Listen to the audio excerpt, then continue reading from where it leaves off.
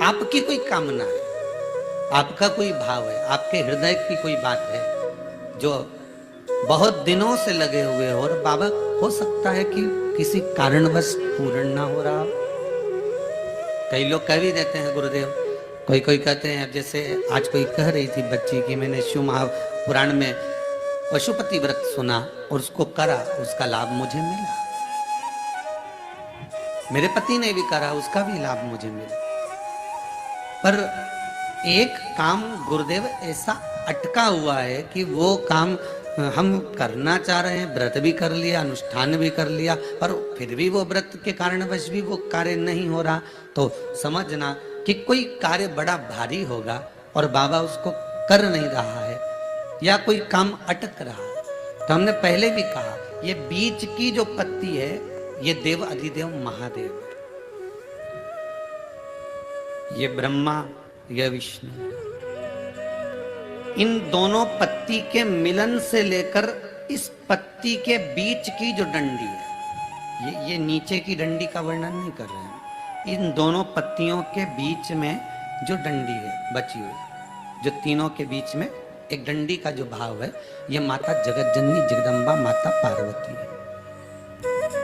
इस डंडी के नीचे का जितना भाग है, ये 33 कोटि देवताओं को दर्शाता है।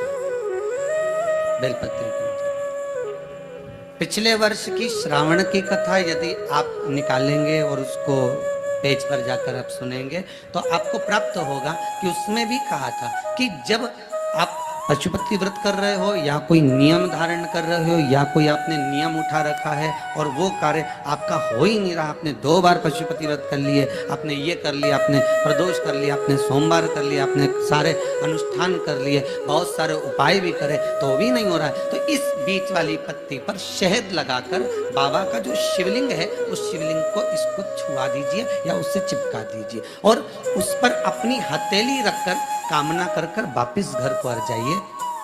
बाबा आपकी वो मुराद शीघ्र 3 महीने के अंदर पूरा कर ही देता है। ये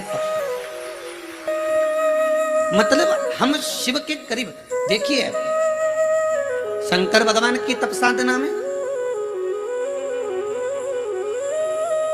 कामदेव पर दृष्टि कब पड़ी?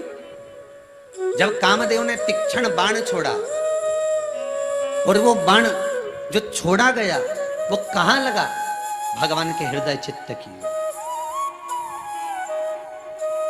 वो बाण कहां लगा है? भगवान के हृदय की ओर, भगवान के हृदय की ओर पहुंचा। लग नहीं पाया था, भगवान के हृदय की ओर जाकर सम्मुख में खड़ा हो गया। एक बेलपत्री में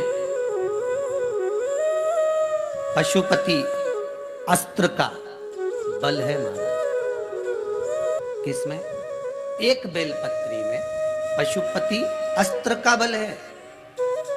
और आपको मालूम होगा कि पशुपति अस्त्र केवल कुछ ही के पास में थे। एक मेरे राघव जी के पास, राम जी के पास था, एक मेरे कृष्ण के पास था, एक भगवान विष्णु के पास था, एक परशुराम भगवान के पास था।